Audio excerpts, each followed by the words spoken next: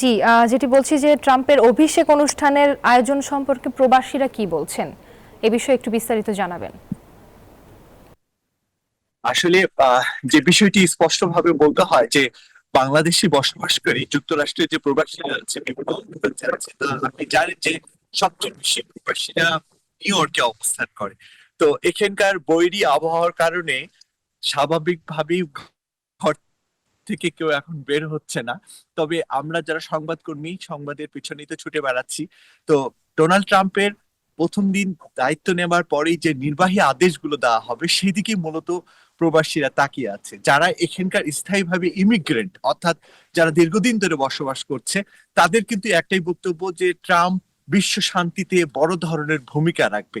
এবং এরই মধ্যে আপনি দেখেছেন গাজায় যে যুদ্ধবিরতির যে আহ্বান, এবং সেখানে কিন্তু একটা বড় ধরনের প্রভাব পড়েছে এখানকার কমিউনিটিতে।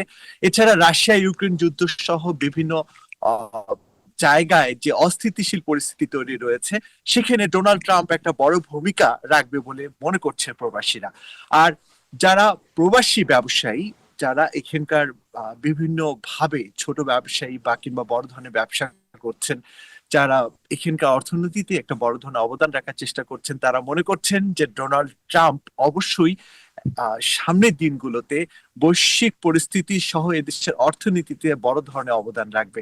তবে যারা অবৈধ ইমিগ্রেন্ট, অর্থাৎ বাংলাদেশিদের মধ্যেও কিন্তু অনেক অবৈধ ইমিগ্রেন্ট এদেশে বসবাস করছে, বিশেষ করে নিউ ইয়র্কের সহ বিভিন্ন আশেপাশে যে অঙ্গরাজ্যগুলো রয়েছে সেখানে বসবাস করছে।